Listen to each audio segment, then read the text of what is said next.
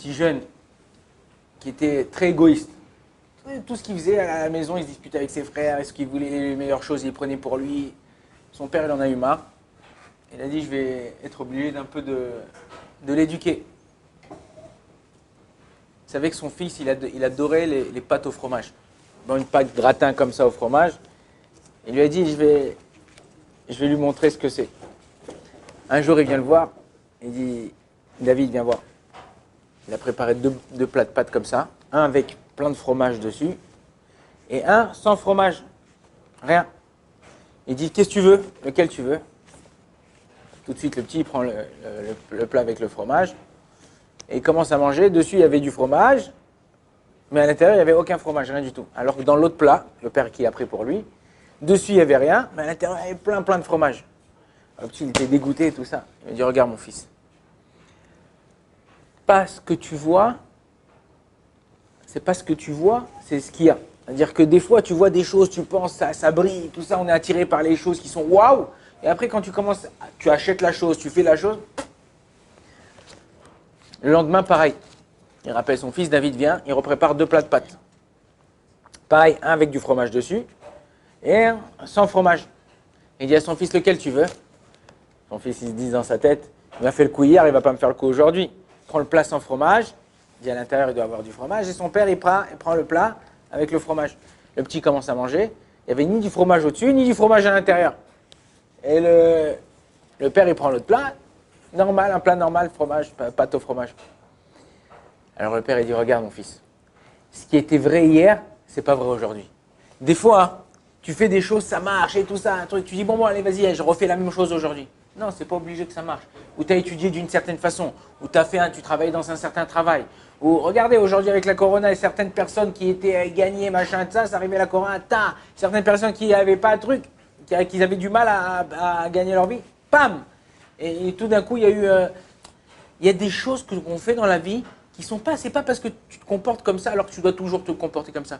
Une personne, elle doit s'adapter à la situation présente. Aux gens, vous venez d'arriver, vous êtes des personnes qui viennent de plusieurs endroits de Paris, de France. Vous devez vous adapter. Vous devez, alors avant, j'ai toujours vécu comme ça, personne ne m'a rien dit de faire, tout le temps c'était comme ça, personne, ni mes parents, ni mon frère, ni truc. Et là, tu vis ni avec tes parents, ni avec tes frères, ni avec ta soeur. Là, on vit en communauté, on vit ensemble. On est dans une situation qui n'est pas facile. On doit vivre, apprendre à vivre ensemble, à avoir un contact, à parler, tout ça. 3e jour, pareil. Il appelle son fils, David, viens voir 2 plats de pâtes. Un avec du fromage dessus et un sans fromage dessus. Il dit, David, qu'est-ce que tu veux? Lequel plat tu veux? Il a dit, attends, j'ai pas envie de me faire rouler une 3e fois. Il a dit, papa, c'est toi le patron. Ce que tu prends, moi je prends ce qui reste.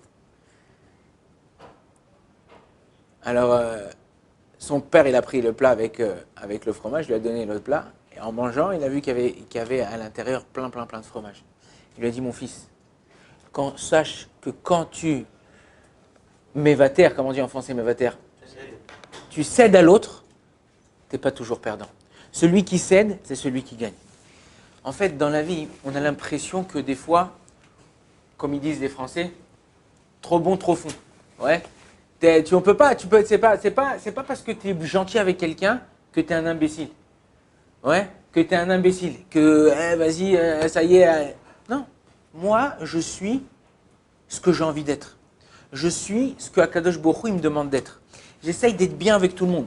J'essaye de faire du bien autour de moi. J'essaye de sanctifier le nom de Dieu dans le monde. Ça veut dire que quand je sais que si j'ai un comportement, et ce comportement il va être mal perçu par les gens de dehors, pas mal perçu parce qu'ils n'aiment pas les religieux ou pas ça, mal perçu parce que j'ai fait quelque chose, par exemple j'ai craché dans la rue, ou j'ai fumé une cigarette, j'ai jeté le mégot de cigarette par terre. Tu aurais fait ça chez toi?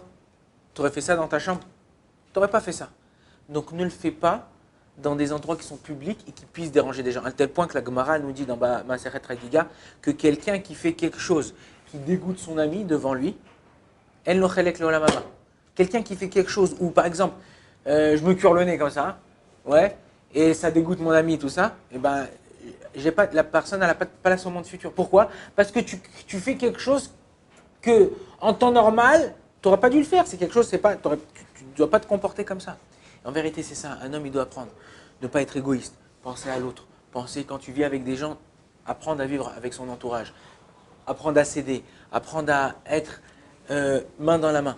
Parce que si on arrive à faire ça, alors peu importe où on sera, on arrivera à s'arranger dans tous les endroits. Qu'Akadosh Baruch Hu, Bezrat Hashem, il nous aide à pouvoir sanctifier son nom dans le monde, si Dieu veut.